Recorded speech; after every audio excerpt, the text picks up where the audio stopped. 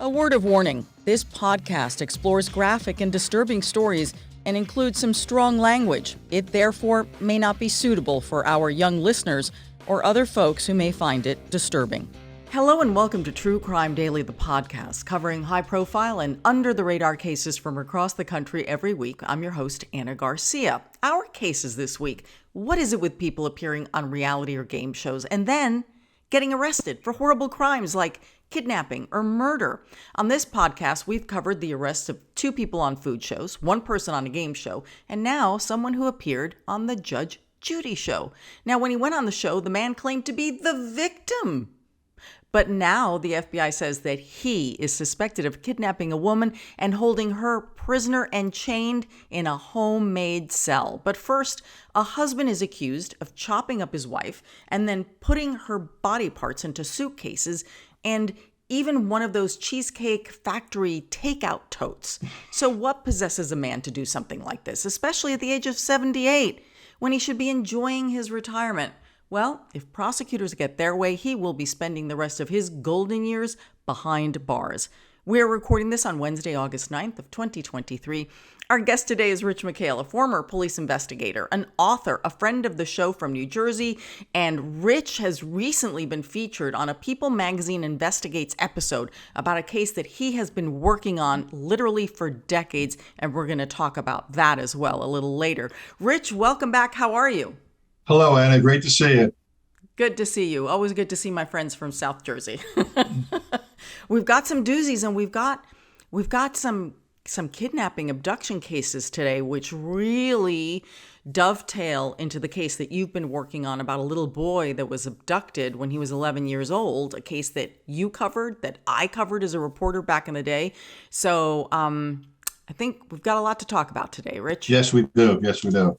Okay, so let's get to our first case, which is out of Delray Beach, Florida, where a man is accused of murdering his wife. Now, police say that he stuffed her body parts into suitcases and then he dumped those suitcases in the Intercoastal Waterway. Police say that it really wasn't too hard to find the guy for a few reasons, including the fact that on one of the suitcases there was one of those, sticky luggage tags that the airlines put on suitcases that have a barcode.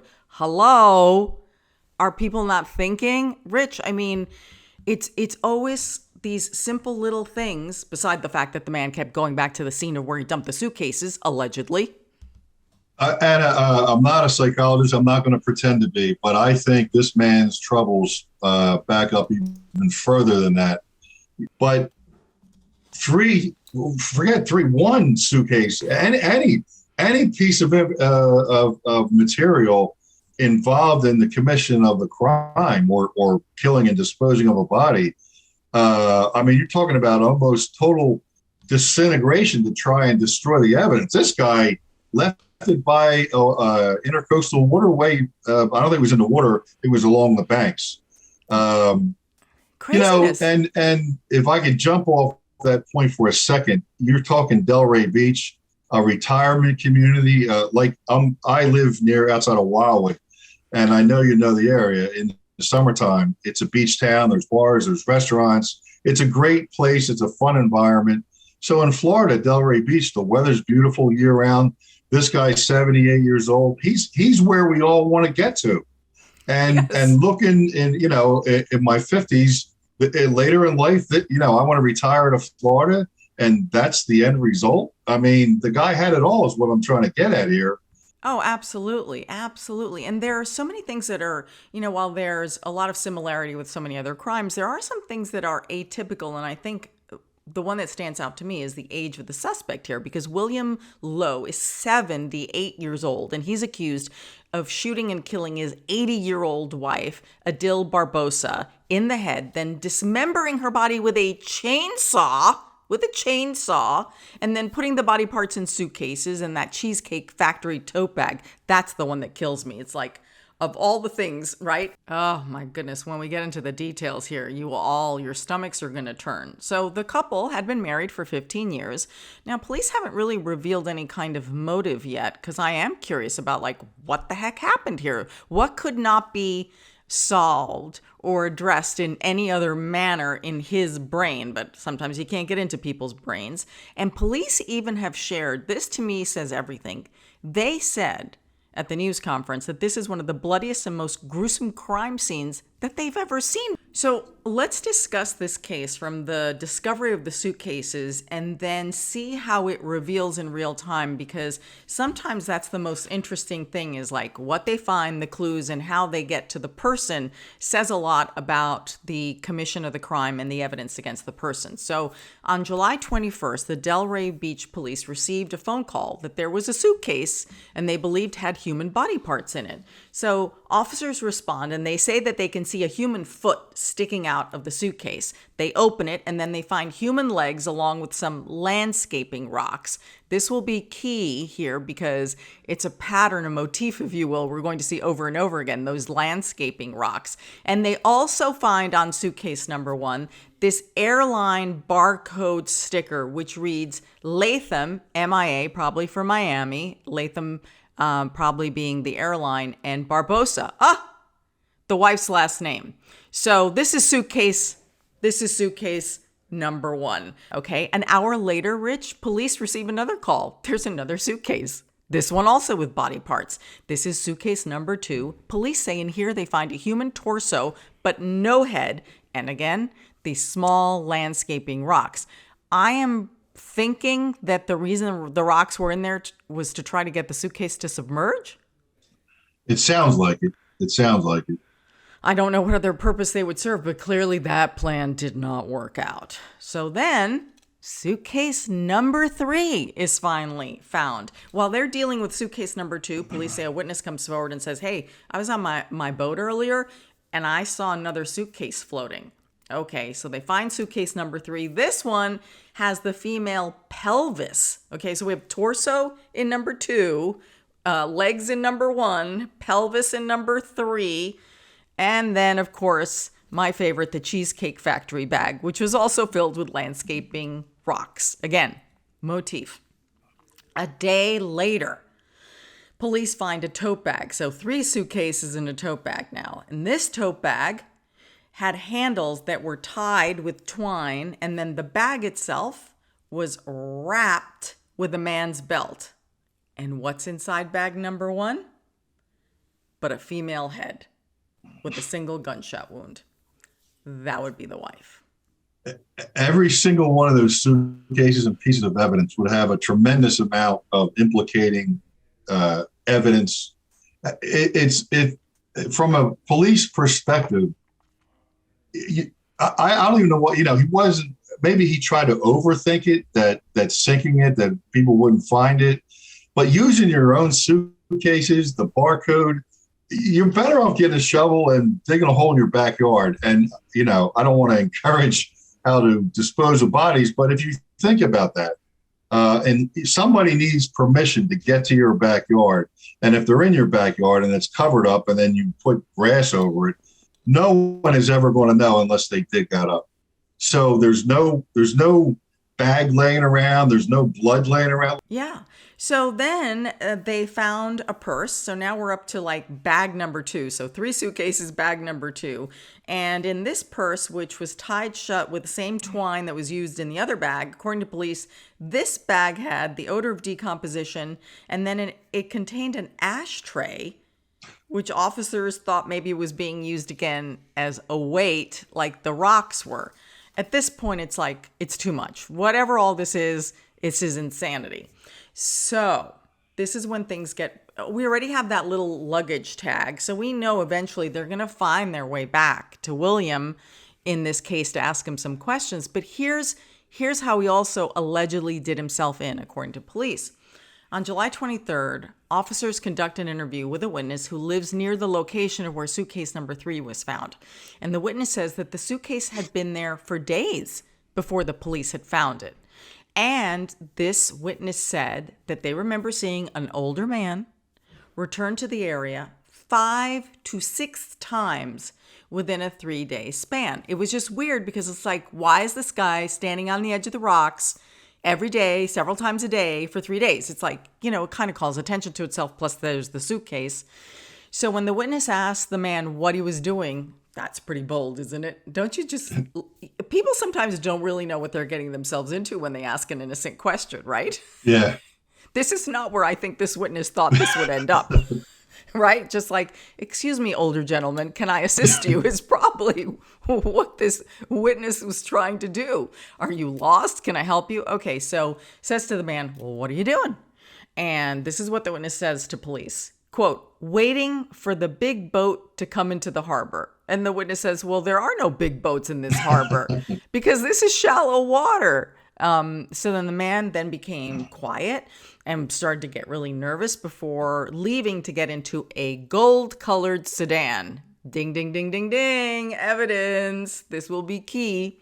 And while interviewing the witness, officers observed that there was a dock ladder near that location of suitcase number 3. So they brought in investigators, did a little testing, and they found some blood. So at this point, police are putting the pieces together, but they haven't spoken to William yet. On July 30th, officers review security footage in the area, and they see an older man matching the description given by the witness accessing that dock and the dock ladder. And according to police, the security footage shows the man using the ladder 2 times at 7 in the morning and then at 4 in the afternoon. And on the second trip, this is what I love. They see the video, and they see on the video the man who is now shirtless carrying, what's my favorite bag here? The Cheesecake Factory tote.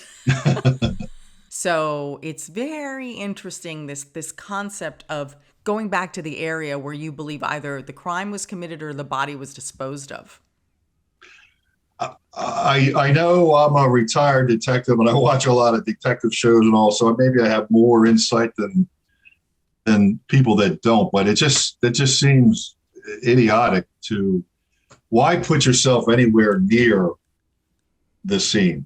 Exactly. You want to remove yourself as far away as you can, unless you're supposed to be there, like a family member. Yeah. And a family member is missing and you fail to hurry up there and look for the family member, as was the case in my case. So here, the police finally, they know that the witness has described this gold-colored car. They know they're also looking for something like that. This is in the early days of this investigation. So they see it, I guess, either on a security footage or somewhere, but they run a tag. They find the car, they run the tags, and it's a 2008 Ford Taurus.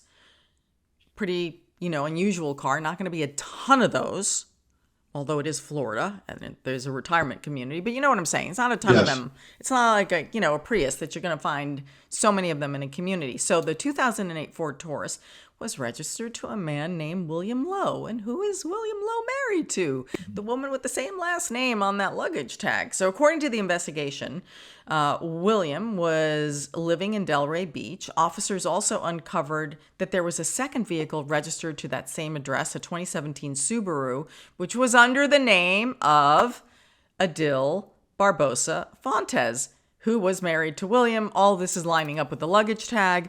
So officers get a search warrant. They want to get his DNA, William's DNA, along with some other things. So authorities say that they questioned William during the execution of their warrant. And when police asked William, so where's your wife? According to police, he said, she's in Brazil.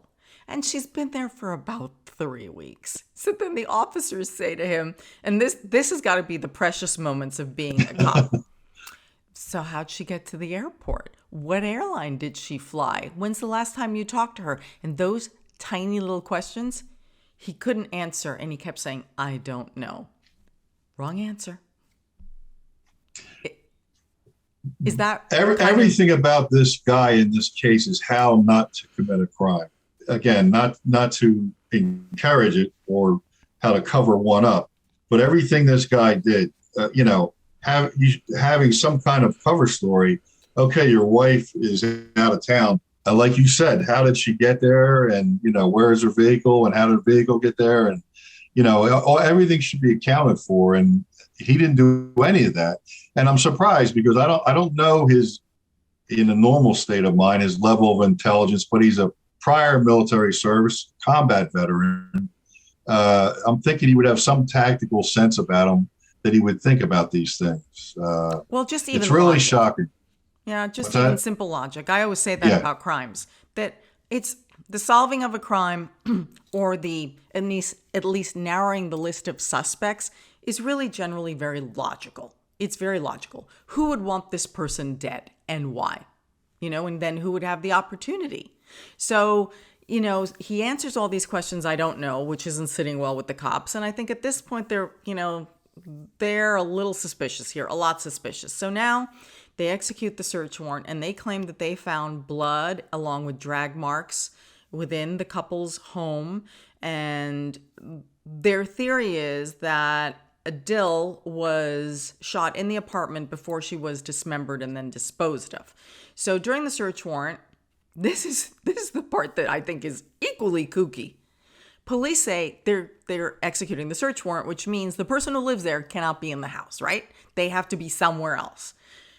He reportedly tried to get back into their home by trying to climb in through a rear window. Hello, the place is filled with cops and you think like nobody is going to notice the 78-year-old man, skinny man trying to crawl through the window. And then when they find him and they're like, Mr. Lowe, what are you doing? He said, oh, I just need to grab my cell phone and the keys to my storage unit. Ding, ding, ding, ding, ding, ding, ding. What's a storage unit? It's like a comedy of errors, really. Oh, my Yes. God. So now they know, police are like, if this man is so anxious that he needs to crawl through a window to grab his keys and the storage unit keys, that there's something there that he doesn't want you to see. So they find the business card for the storage unit, and they also found a 9mm handgun in the bedroom of the house. And so they go to the storage unit. Now, at this point in the investigation, as this is moving forward, the body has been positively identified as his wife. There's no more question about who was in the suitcase. So on August 2nd, officers execute a search warrant at the storage unit that was owned by William. Officers discovered a chainsaw covered, they say, in what appears to be blood, human flesh, hair, bone, and officers say that they found a small cooler which appeared to have blood marks on the inside and the outside. I don't even know what he was planning to do, allegedly, with this cooler. My goodness, how much more evidence? What I wanted to say is where his attorney is going to try and attack, and why it's important for law enforcement to do their job the right way, is to make sure that you had probable cause to get that search warrant to search that house, that the search warrant is valid. Because while they're there, they're interviewing him. That interview is a result of the search warrant. And if the search warrant is not good, the defense attorney is going to try and get his statement thrown out. And if that gets thrown out, then the police had no business searching the locker. So, and you could lose that evidence. So it's important for us to do our job, and that's why it's important. All the tell signs that you pointed out, to me as a police officer, they're comical. Like they're the things you wouldn't do committing a crime. But like you said, it's a matter of logics, and not everyone, I guess, thinks logically, and they don't think about the basics. But that doesn't necessarily get a conviction in court. What gets a conviction in court is the DNA off his belt, that tag from the suitcase. I'm sure a lot of that is going to have a ton of evidence, the suitcases individually. But again, all those have to be obtained lawfully by the police, because any one of them, if you lose that in court, you're not going to, like where they locate and seize the one with the airport tag on it, if for some reason the police didn't lawfully seize it, that was in a public place and it was kind of turned over, so that's easy. Exactly. But had they made the mistake of not obtaining it lawfully, you lose the identification of the woman on that tag. So it's important for us, even though the guy's given himself away, we need to very carefully take painstaking steps to do our job when we're doing the crime scene, applying for the search warrant, all the search warrants, applying for the DNA search warrant to get his DNA. Because if we don't, a defense attorney is going to attack it, and if they win, we lose the ability to use that in court. Right. And I think you can see here how they were pretty methodical and weren't racing to do anything, as far as arresting him, because they got a search warrant for each location. And when they were already in the house and the man is like coming in through the window, trying to hide his cell phone and his other stuff, and they're already seeing what they believe to be blood and drag marks and a lot of blood evidence, they still didn't arrest him. They got the search warrant for the storage unit, and then police say once they found the chainsaw with all the human matter and hair on it, then they arrested him there on the spot, and they charged him with first-degree murder and abuse of a dead body, because at that point, they figured they had enough evidence to charge him. As important as it was to highlight him crawling through the window, a defense attorney, it loves to hear those things, because they're going to get in front of a judge and a jury and make all kinds of excuses in the world why he needed to do that. He had to go to the bathroom. He didn't want to interrupt the police doing their job. They love that. They thrive on that. So that alone is not going to convict somebody. That's why it's important to take the steps legally and lawfully and obtain everything properly. So William has pleaded not guilty to the charges. He is presumed innocent without question. These are just allegations right now. He is currently being held without bond, and his next court date is scheduled for September. Now, he already has a defense attorney, and he did a quick interview outside the courthouse talking to reporters, because this is a huge case there in Florida. And he just reminded everyone that William Lowe is a veteran, a Marine veteran who previously served in Vietnam, was allegedly awarded the Purple Heart, and he claims that William is innocent and he wants to see the evidence against him. We're going to watch this one. So, Rich, our next case is huge. It covers multiple states, and now we are learning that the man accused of kidnapping a woman and then holding her in this homemade cell of his was actually featured on an episode of Judge Judy. So, the woman, the victim here, was kidnapped from Seattle, driven to Klamath Falls, Oregon, and then the suspect was arrested in Reno, Nevada, with his significant other or the mother of his children. It's a little complex as to their relationship, so we're just, we don't know how to describe her. So, according to the FBI, this man has a lot of aliases, a lot of them. So we're going to go with the first version of his name, the one that the FBI is using in these charges, and that's 29-year-old Nagasi or Sakima Zuberi. So he himself is now sitting in a small jail cell charged with interstate kidnapping. Police say that on July 15th, he allegedly posed as a police officer in Seattle. When he approached a woman in a red light district, he allegedly solicited sex, showed her a fake badge. Woman gets into the vehicle. Police say, according to what she told them, that the minute she got into his vehicle, he brought out a stun gun and forced her to comply at this point, and forced her into the back seat. He put handcuffs on her and leg chains. Police say that he drove the woman over 450 miles, 7 hours, back to his home in Klamath Falls, where he placed the woman in this makeshift cell that he built, and the FBI has released photos of this. And during the drive, the victim says that he sexually assaulted her, and then at some point he pulled over at a truck stop and put a sweatshirt over her, I guess so she wouldn't know where she was going or to hide her.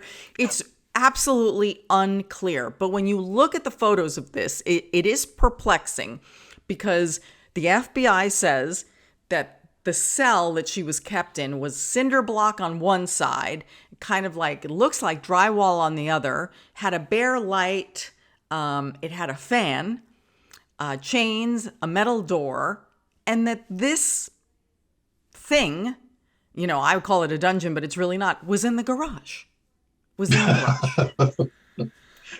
So Rich, we are going to get into the details of this, but what is really undoing me here? First of all, this is like every person's nightmare. This fear of being abducted and never being found again.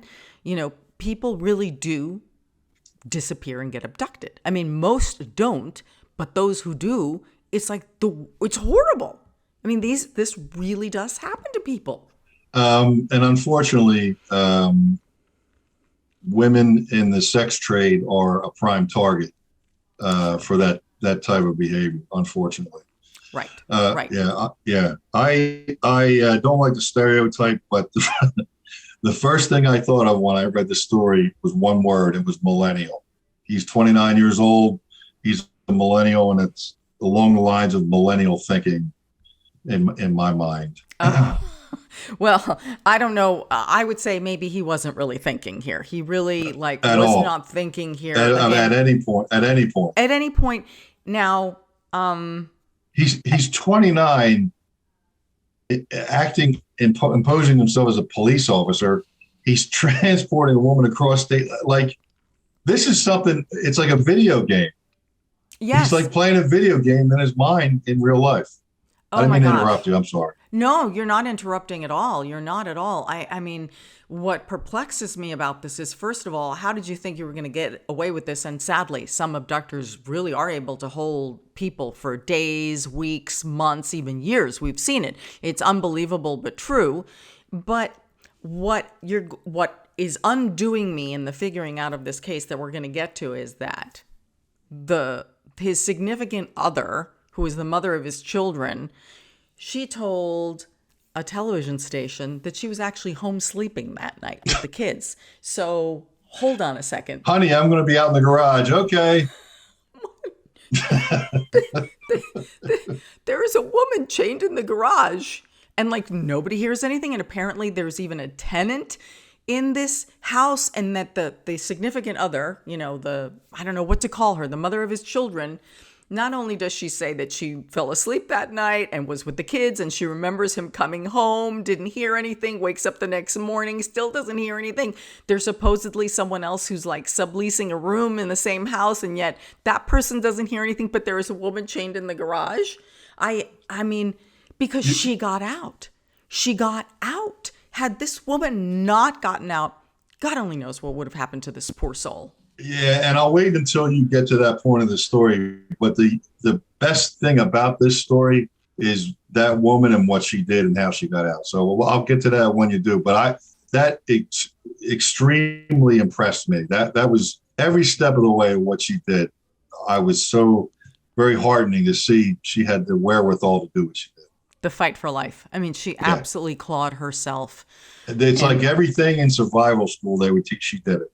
Right. You don't stop, even though there could be the potential consequence at some point that the person could come in and shoot you for what you're doing. But if you don't try, I mean, no one's going to like open the garage door and say, okay, done here. No, that's not happening. You talk about logic in that last case, and her logic for her was like, all right, this is a point where when he's done with me, he's going to kill me. If I don't get out of here now, I'm going to die. That was the rocky moment that the bell rang, and then she did what she did. So this is unbelievable. Again, this is her version of events. She tells the FBI that Nagasi told her he had to go do paperwork. Okay.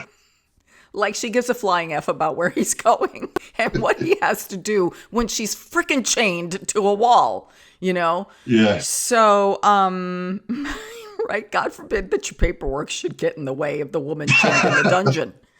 Unbelievable. Maybe that's the millennial part of this. So according to the victim, she fell asleep briefly. She must have been so exhausted. And that when she woke up, she realized if she didn't make a decision at that point, Rich, that would be the end of it.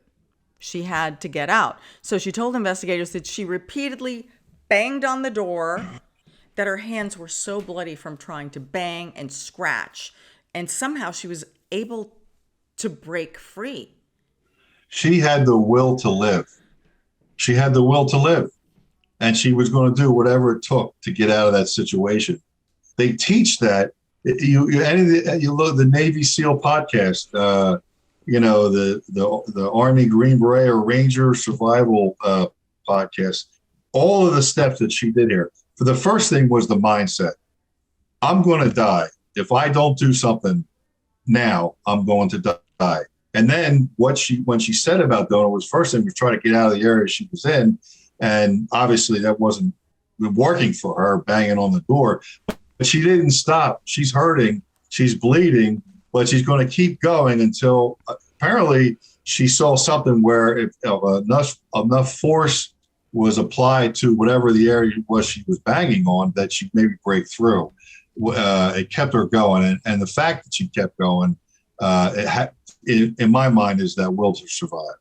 So she gets through, somehow breaks through this metal door. And then remember now, she's in the garage. When she comes out of this cell, she's still in the garage. And she remembers when she was abducted that seeing a gun in the back of the car when she was first abducted, which of course frightened her. So what does she do? The car's in the garage and she grabs the gun, right? She's no dummy. I'm telling you, this is The Matrix, Tom Cruise, the Bourne Legacy, all in one. That is unbelievable. That was great. Tremendous on her part. And she gets out of the garage and then she climbs over a fence and she's like so bloody that there's blood in the cell. There's blood on how she got out. There's blood on the fence that she managed to scale. And then she flags down a motorist who calls 911, thank God. And so she leads authorities back to the house where she says that she was held. Authorities say that they saw blood on the fence. So that kind of lined up with her story about where she climbed and the blood's already there. She gave a physical description of Nagasi. And so then when police look and talk to neighbors, her description of him fits what neighbors say is the man who lives there, right? Then they start going through the databases to figure out who's renting, who's living there, all that stuff. Up pops Nagasi. So the next day, back to your point, Rich, about search warrants, they wait until the next day to go back with a search warrant. So they go in, and that's when they find the cell. Okay? So the cell completely confirms what the woman has just said. And even if police are like, well, what if this is like a sex game that went wrong? Right? What if the accused is going to say, well, hey, wait a minute. We all agreed to this party,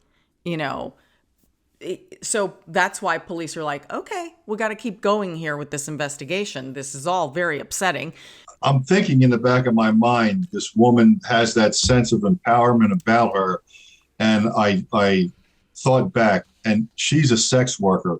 And I think that her self-training of how to keep herself survive and keep herself alive, turning tricks, with all these different creepy people that she has to get with to make money. Over time, I don't know how long she's been doing it. She's learned that will to survive and that sense of empowerment to get out of that situation. She's either been in something like that before, or she's thought a lot about it and ways to overcome it. And I, unfortunately or unfortunately, I think that's how she got that sense of training, and fortunately, it helped her get out of this situation. Oh, absolutely. So police say that they found these troubling notes that they believe were written by Nagasi. One of them is titled Operation Takeover. And it reads, quote, leave phone at home. Okay, well, you could learn that from this podcast. Make sure you don't have a bunch of people. They don't have a bunch of people in their life, meaning choose someone who is either isolated, alone, a runaway, maybe a sex worker, a drug addict, someone who is struggling on their own, because it makes them a much more vulnerable target and no one will be looking for them. And then he finishes his little note, quote, you don't want any type of investigation. Genius. Millennial. Who, if you're an abductor or going to plan to be an abductor, writes crib notes on how to abduct? Who does that? We've seen those before in some of these cases. We've seen the to-do notes. I love those. The they to-do didn't work. list. That didn't work out for them. No. It's amazing. So then law enforcement obtained the cell phone data, which allegedly supports that the cell phones were traveling, meaning his and hers were traveling together from Seattle to Klamath Falls, which means Bozo over here did not pay attention to number one on his list, leave phone at home. Why write a list if you're not going to follow the damn thing? I mean, he can follow his own instructions. No, that's right. Clearly a man who doesn't follow instructions. Mm-hmm. So let's get back to how they got this guy. So the Nevada State Police end up arresting him because now the cops are looking for him. And he's in a parking lot at a Walmart in Reno, Nevada. And according to the complaint, Nagasi is in his vehicle holding one of his children in the front seat. The mother of the children, this ex, is standing outside the car talking to him. So when he's confronted by police officers, he refuses to exit the car. And then he starts to cut himself with a sharp object. Everyone's freaking out because the baby's on the lap. And obviously he's going to use that baby as leverage to get the cops to leave him alone. Because I will harm this. This man is not thinking straight. So then he's bleeding all over the place. On top of everything, he's bleeding and holding on to this child. Eventually, the man agrees to exit the car. He's taken into custody. The child was unharmed. And the mother ends up saying that she takes the children home on a bus. I don't know how, like, you pull yourself together after witnessing something like this.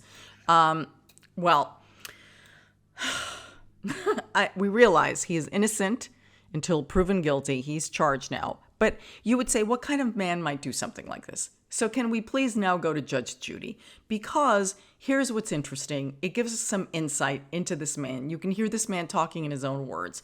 And he was on the Judge Judy show in 2018 under one of his many, many aliases. And this alias lines up with one of the FBI aliases. He went by the name of Justin Hyatt. Okay. So he goes to Judge Judy and says, the mother of my children. Okay, we have no idea if the woman on Judge Judy is the same woman that he's still living with because that woman has not been identified. And when she did the interview with the television station, they only showed her hands and you could hear her, but you couldn't see her. We have no idea if they're the same person. I'm not even going to speculate on this. You know, it's probable, but I have no idea. Okay, so let's get back to Judge Judy. So he claims that his ex, Alicia Westfall, who is the mother of his children, had attacked him. And they were in the middle of a custody dispute, and she had come to his residence, and she apparently threw a bottle at him, and that she damaged his work suits with bleach, and that he wanted money back. And then Alicia was countersuing him, saying that Nagasi had smashed her phone and then filed a fake restraining order against her. The amazing thing here, Rich, is that Judge Judy found in this man's favor and awarded him the $2,500 that the ex had to pay him the $2,500. And now looking back at this insanity, if this is the same couple, I have no idea. It's like, this man. A couple things, Anna. First of all, I'm not airing my personal business on Judge Judy, Judge whomever. The fact that somebody wants to do that or needs to do that is beside me. It's someone that doesn't have a lot going on in their life. You know what? If it's like a dispute over money, a loan got bad or something like that, I don't really mind it. When it involves children and personal family matters like this, honestly, even though it was an assault case and a damages case, I don't like exposing children to anything like this on a TV show. Look, you want to go on The Bachelor, you want to go and talk about whatever, or you're Judge Judy and talk about he owes me $500 and the vacuum doesn't work. I don't care about that. That's fine. But this, when you bring in the kids, no, that's where I draw the line. Well, I'm thinking that he needed money and was willing to do the show and air his personal business involving children or not, so that he could make some money to pay bills or whatever. The second thing is the violence. They were looking at him and possibly being involved in other sexual assaults, some violent sexual assaults. And I don't know if he said in the beginning or not, but he lived in 10 states over 10 years. I'm going to say may have been molested himself when he was younger, and he may have had some physical abuse against him as well. To have that in his life, that's not something you just wake up one day and say you're going to do. It's a pattern of repeated behavior with the violent sexual assaults. And to pose as a police officer, and I'm just going to grab a prostitute and drive her 450 miles home, and I'm going to keep her in my garage. Any of that. I mean, like, that's just not, you're not the BTK killer. Like, and, I don't think that he would have done something as stupid as that.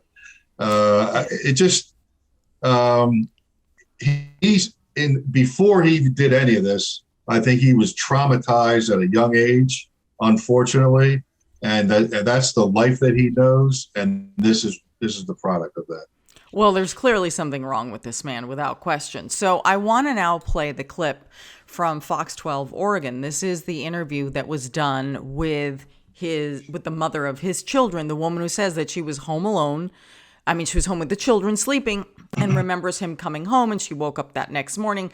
Now, this part of her story makes zero sense because these two things could not have happened concurrently. You cannot have a woman chained in a cell, banging the doors, metal doors, screaming for her life to get out, and to be home feeding the kids breakfast and say, "Oh, I didn't hear anything." I mean, those two things cannot happen in this one home. It's right. just... So someone here is not fully telling the story here. So that part about this interview really bugs me. But those are her words and how she explains it. Okay. So now I want you to hear what she's saying. She says that was never a cell. It was nothing like that at all. She says that he was building a room to sublet. And that was the purpose of this little room in the garage. Okay. Yeah, he's going to sublet his prostitutes. Oh, all right. Let's play the clip here. This is from Fox 12. He's a good person. That's what I know. He helped my kids. He helped me when I need help. He even helped me apply for school. He helped me apply for FAFSA. He helped me get to my feet. Even we didn't get along, but he always helping me. It is sad that he's been accused because that's not who he is. That's not who I had kids with. This is not what the guy that they portray him to be. This is not his legacy. This man have dream. Legacy? That would really not be my number one concern at this point. Is what his this legacy is over. Okay. Hello. This is there are other more pressing issues right now than his legacy. So I don't know what is going on there. I don't know. I really don't. There's a lot of weird stuff going on here, but that's her story. And she then says that she's the one that he called her and said, "Meet me in Reno." She was the one, she said on this interview, that she was the one in Reno at the Walmart, and that he had shared with her that he was going to go to Alabama until, quote, "this blew over." Oh, really? I didn't know if we all went to Alabama, everything will be better tomorrow. Till it blows over. Till it blows over. Yeah. Okay, so as you said, the FBI says that he's lived in 10 different states over the last 10 years, and they believe that he may be linked to several violent assaults in at least 4 states, and that they believe he has an MO. This is the MO, and it's very important you all look at his photos and listen to this, because there could be other victims out there. And at the end of the day, what this is really about is justice. No matter what an idiot this man has been covering up his tracks or thinking what he was going to do, the issue here is about the victim we know about and the more victims that could be out there. So police say that when he targets people, he may be impersonating an officer, he may be drugging their drinks, he may be specifically targeting sex workers and then violently assaulting them. They believe he may have videotaped some of these encounters. Okay. So they believe that maybe he videotaped it to threaten them if they went to the police as a form of extortion. Think about that if you know anyone that's been exposed to this guy. And that they believe that Nagasi, again, has several aliases. So including Sakima Zuberi, Justin Heich, and Justin Kusei. Multiple aliases.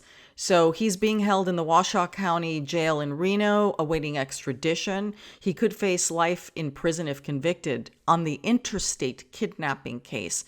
So the FBI is asking all of you, if you know anything about this guy and any potential victims, to please reach out on their website. It's very important, if there are other victims out there, to get justice for them.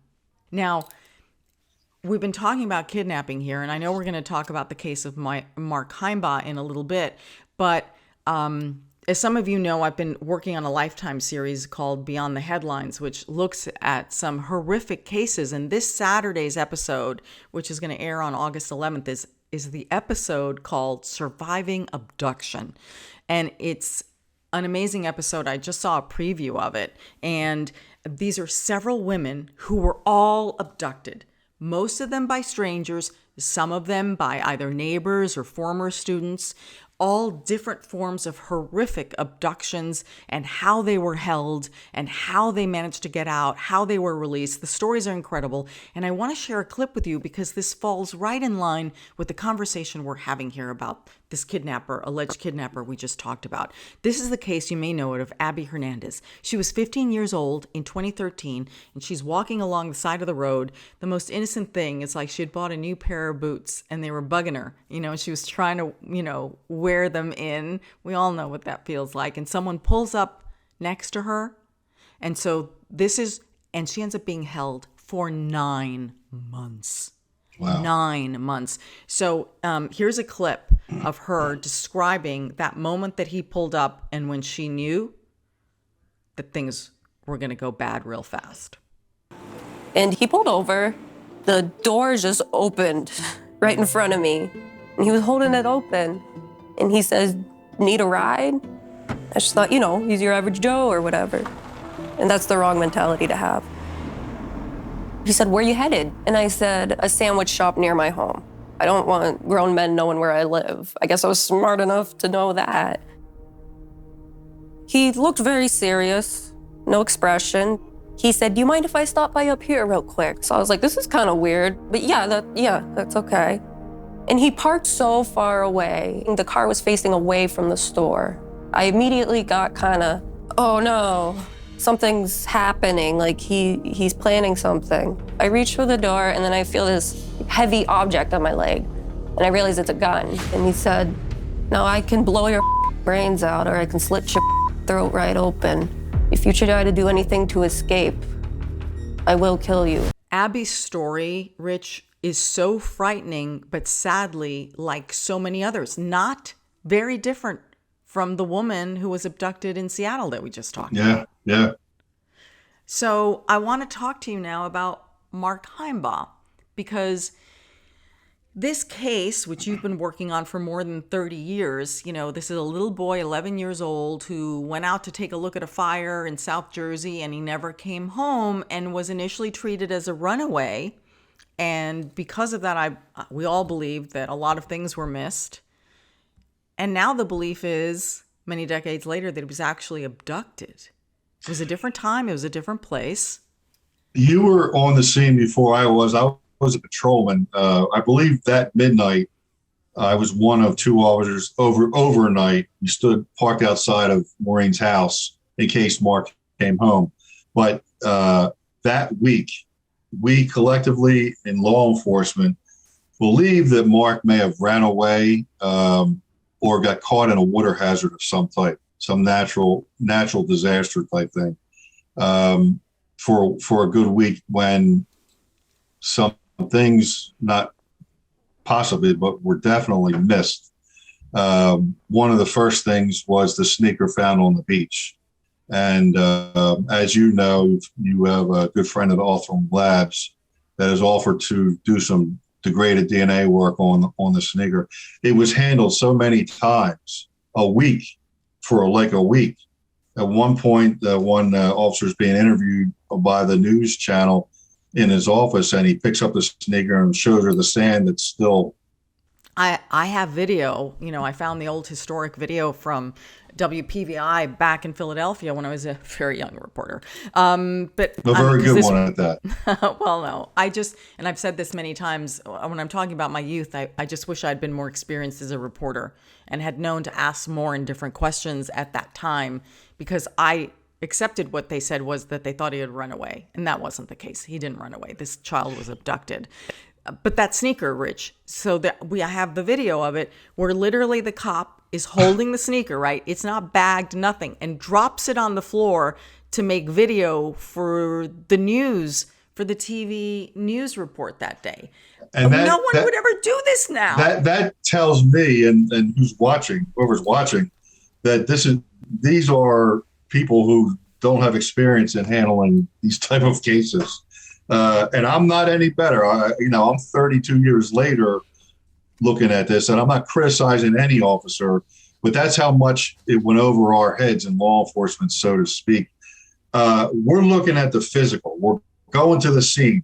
We last saw them over here. They was at the park, and we're looking at the physical and not the information contained within what Maureen was telling the initial arriving officers about family life, about Mark, about what was going on leading up to his disappearance. And they were the critical points. And, today, again, I don't want to criticize other officers, because I would have done the same thing that they did at that time of my career. But today, what I would tell you is I would have one group of law enforcement going after that search and rescue, and the second group of experienced detectives following every piece of information, and with the message to the searchers: if you find anything, I don't care if it's a strand of hair, do not touch it. Freeze. Don't go anywhere. Call us on the radio. We will come there. We'll photograph the scene. That's the first thing that has to happen, because we're going by officer memory on how many steps, barefoot, sneaker print, barefoot, and then how long that goes before we lose it in the sand. It wasn't even photographed, was it? Not at all. Not at all. But can you believe this? The sneaker is found near his home on the sand. There are descriptions. The officers describe the footprints going to and from, and nobody photographed it from the police department. Didn't photograph it. Didn't handle it with latex gloves. One fireman, who's a good friend of mine, said, "We found the sneaker and we thought we were going to go a few more steps and find Mark." It was a search and rescue. It was an all out. We got to hurry up until we find this boy. At 9:15 at night, it was too late. At 4:00, he was being abducted. Yeah. So park. You participated, you were interviewed for People Magazine Investigates, which is a great series on ID. And they focused on this case because you've written a book on this case. You've never given up investigating this case. This recently aired, the People Magazine Investigates What Happened to Mark Heimbaugh. Have you gotten any new leads or any new calls as a result of doing this show? Thank you for bringing the book up and the show. It's generated a lot of interest with people within Cape May County who may be children of the people that were involved, or people that were residents in the area at the time. And it's really generated a lot of interest in now turning and trying to find Mark. Here's a clip from People Magazine Investigates. Around 3:50 p.m., Maureen returns home to discover Mark isn't there. Well, I didn't think anything of it at first. I thought, he's still checking out the fire. Well, like a half hour went by and I was getting worried. I went around the neighborhood to a couple friends' houses looking for him. And he wasn't there. He wasn't anywhere. I think it's a mother's intuition that something comes over you, and I started getting anxiety. It's cold, and it started to get dark, and Mark would have come home. Matthew tried to call their dad, Judy, and he said, "Oh, he's just out playing." Matthew called him back again, and he said, "Dad, this is serious." And I think I called my sister. I said, "I don't know what to do." She said, "Reen, I would call the police." So my hope, Rich, which I guess is yours and why you did this program, why you wrote the book, is because somebody out there knows something, right? And they got to step forward. It's my belief that I use the numbers 1 to 6 people know what happened, and they know what happened because they were either a part of it or the people involved told them. Somebody has direct information about what actually happened to Mark. A lot of us live in the area and knew Mark or knew the area. They may have ideas. All those are important things to know and hear. But what we really want to do is bring closure in this case and tell us exactly where Mark is, who took him, specific information related to Mark's disappearance. Absolutely. And, I'm always here and support you in this effort. So please, 100%. if anyone knows anything, you can contact Rich directly. We'll give you information at the end of the program. You can contact the police, whatever you need to do. Please, please, please. Prior to Chris Lusner retiring as our chief of police, which just happened a few weeks ago, he sought out the people in the state of Washington. I can't think of the company's name, Artificial Intelligence. So he was able to convince our township, Middle Township, to spend the money on this program. And what they're doing now is uploading all of the police files into an AI program. And at that point, we're going to be able to use AI, the investigators, to help them further investigate the case. And they were saying, the chief told me it was going to take about 3 months for that to happen, where we physically get all the information into the program. And once that's done, it'll be up and running. And hopefully, I don't think you're going to press a button and say, where is Mark Heimball? It's going to spit out. I don't think it's going to be that simple. But I think what AI is going to be able to do is draw from the thousands of reports and tell us how many red cars were involved. How many red cars are listed in this case? How many white males at the age of 26 to 30? It'll be able to do that within a split second. And if a good investigator or an investigative team is on the right track, it may help them further and get us closer to the answer in this case. Absolutely. You can catch the documentary on Investigation Discovery and streaming on Max. It's time for our comments section. These are the crime cases you all are talking about on social media. Here's our producer, Will Updike. Hey, Will. Hey, Anna. How's it going? Good. What's happening, Will?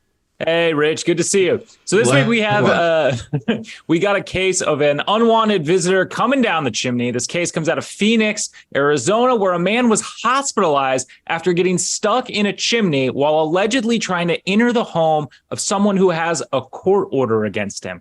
A lot of ins and outs here. So this case, according to media outlets, on Friday, July 28th, around 1 a.m., so early hours of the morning, the Phoenix police and the fire departments went to a house because our suspect here, Irvin Gonzalez, attempted to enter the residence via the roof. The family who lives in the house reportedly said they knew Gonzalez. They contact the police. And here's the thing. It took responders over 2 hours to get this guy out of the chimney. And the Phoenix fire captain talked a little bit with media outlets. He said that, during this whole time, they were able to monitor the atmosphere around him, and they were able to have contact with him at all times, try to speak to him. They even provided water for him. They really have to do a lot through these 2 hours, which is such a bizarre situation when you know that it's, allegedly, like in the commission of what could be a crime here.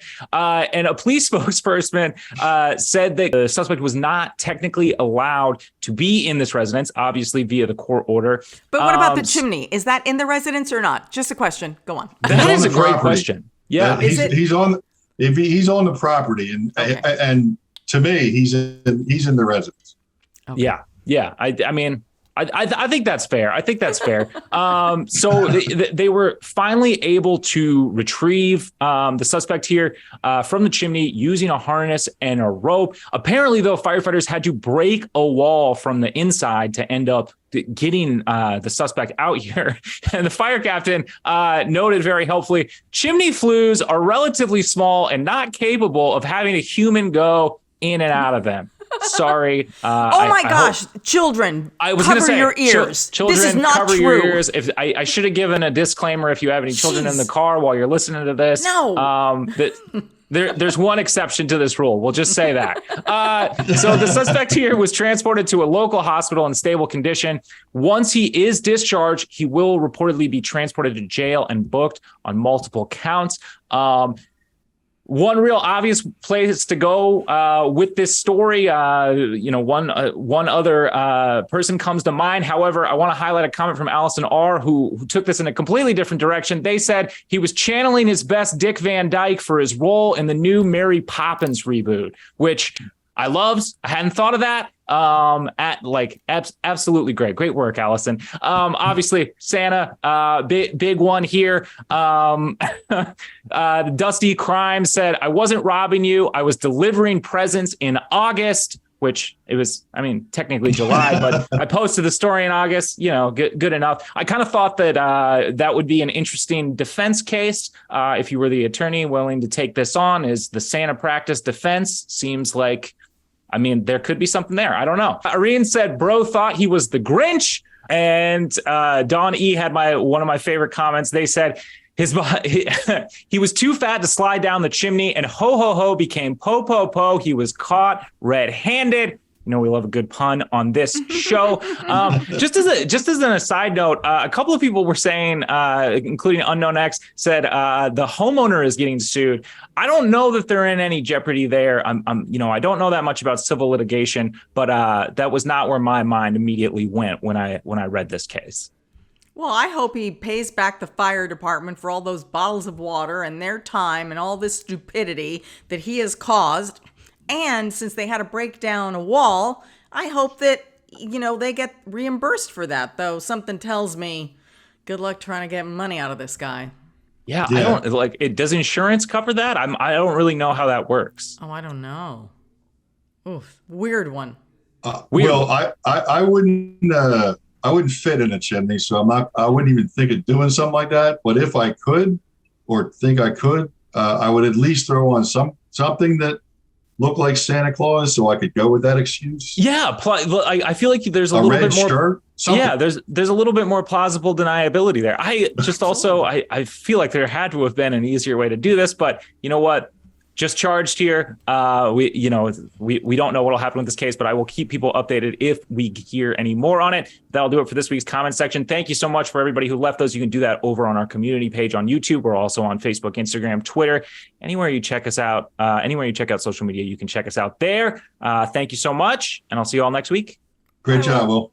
Thank you. Rich, thank you so much for joining us. It's been great to have you on, and I hope you continue to be a regular, because I just love your cop speak. You're such a regular guy from South Jersey. It's like, it's you're giving me all the accolades. It's an honor to be on your show, and I'm honored that you would even ask me to do so.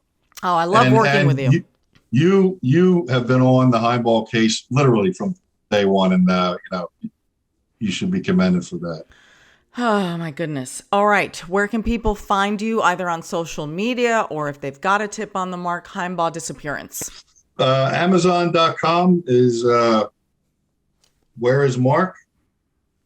And just type in Where is Mark? And that is, I'm on, for right now, that's the best place. And there's a comment section. If somebody wants to send me a message, they could do that there. Terrific. Yeah, Where's Mark? Easy enough. You can find me at Ana G News on all social media. That's Anna with one N. You can find this episode and all our episodes wherever you get your podcasts. Subscribe to our YouTube channel. You can get our newsletter by subscribing at truecrimedaily.com. Until next week, this is True Crime Daily, the podcast. I'm your host, Ana Garcia, and as we always say, don't do crime.